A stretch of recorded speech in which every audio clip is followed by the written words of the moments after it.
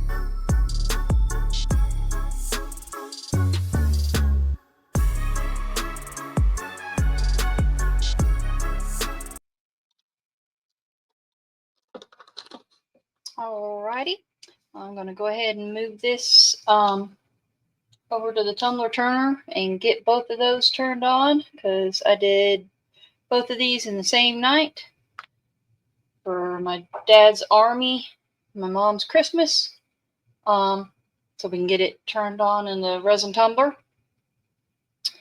And